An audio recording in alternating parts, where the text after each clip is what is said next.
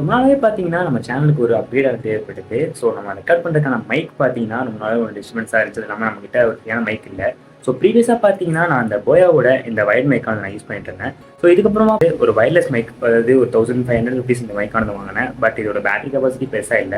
So அத upgrade பண்றதுக்காக இப்ப நான் ஒரு ஆர்டர் பண்ணியிருக்கேன். ப்ராடக்ட்டா என்னன்னு பார்க்கறதுக்கு முன்னாடி குயிக்கா ஒரு அன்பாக்சிங் ஆனது பார்த்துடலாம். ஸோ நான் வந்து பார்த்தீங்கன்னா, கோலிலேண்டோட லார்க் M2ங்கிற இந்த வயர்லெஸ் மைக்கானது அமேசான்லேருந்து நான் ஆர்டர் பண்ணியிருந்தேன். பாக்ஸ்குள்ள பார்த்தீங்கன்னா, யூசர் மேனுவல் அப்புறம் ஸ்டிக்கர்ஸும் இருந்தது. இந்த மைக்கோட செட்டப் பார்த்தீங்கன்னா, லைக் TWS மாரி இவங்க குடுத்திருந்தாங்க. இதுல 2 ரிசீவர், ஒன்னு ஆண்ட்ராய்டு, இன்னொன்னு ஐஃபோன் யூசருக்கும் குடுத்திருந்தாங்க.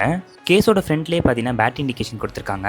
கேஸ் ஓப்பன் பண்ணோம்னா, நமக்கு கேமராவோட ரிசீவர்ஸ் வந்து குடுத்திருக்காங்க. இது இல்லாம 2 மைக் செட்டப் ஆனது நமக்கு குடுத்திருக்காங்க. மைக்கோட ஆக்சஸரீஸ் பார்க்குறப்போ விண்ட் பஃப், அதுக்கப்புறமா மேக்னெட்டிக் கிளிப், இது இல்லாமல் டாலர் மாதிரியான மேக்னெட்டிக் கேஸும் இவங்க வந்து கொடுத்துருந்தாங்க. ஸோ ஒவ்வொன்றும் ஒவ்வொரு விதமாக யூனிக்காக இருந்துச்சுன்னு சொல்லலாம். இந்த மேக்னெட்டிக் பார்த்தீங்கன்னா நல்லாவே ஸ்ட்ராங்காகவே இருந்துச்சுன்னு சொல்லுவேன். ஸோ நீங்கள் சட்டையில் டேக்கில் டேக் பண்ணிக்கிற மாதிரி நீங்கள் பண்ணிக்கிட்டிங்கன்னா மைக்கானது உங்களுக்கு எங்கேயுமே இது விழாது. ஸோ ரொம்பவே ஒரு காம்பேக்டாக இருக்குன்னு சொல்லலாம். இந்த மைக்கை பார்த்தீங்கன்னா நீங்கள் இந்த கேஸில் வச்சு நீங்கள் சார்ஜ் பண்ணிக்கலாம். இந்த கேஸ் கூட C டைப்பில் தான் வந்து சார்ஜ் பண்ணுற மாதிரி கொடுத்துருக்காங்க.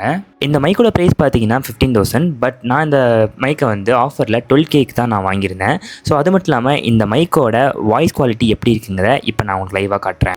இப்போ பார்த்தீங்கன்னா ஆக்டிவ் நாய்ஸ் கேன்சலேஷன் இல்லாமல் நான் ரெக்கார்ட் பண்ணிட்டுருக்கேன். So mike testing 1 2 3. ஸோ என் பேக்ரவுண்ட் பார்த்தீங்கன்னா இப்போ எல்லாரும் பேசிகிட்டு இருக்காங்க. ஸோ இப்போ நான் ஆக்டிவ் நாய்ஸ் கேன்சலேஷனில் ஆன் பண்ணுறேன். ஆக்சுவலாக அது க்ரீன் கலரில் மாறும்.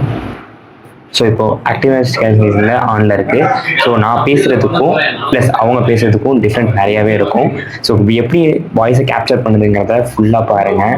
இந்த மைக்கை பார்த்தீங்கன்னா நான் அவுட்டோர் ஷூட்டிங்க்கும் இப்போ நான் யூஸ் பண்ணிகிட்டு இருக்கேன். ஸோ அது இல்லாமல் நான் எடிட்டிங்க்கும் இந்த மைக் தான் யூஸ் பண்ணுறேன். ஸோ இந்த மைக்கோட குவாலிட்டி பற்றி நான் ரொம்பவே நல்லா இருந்துச்சுன்னு நான் சொல்லுவேன். ஸோ இந்த ப்ராடக்ட்டோட லிங்க் ஆனது கீழே டிஸ்கிரிப்ஷனில் கொடுக்குறேன். ஸோ வேணுங்கிறவங்க செக் பண்ணி பாருங்கள்.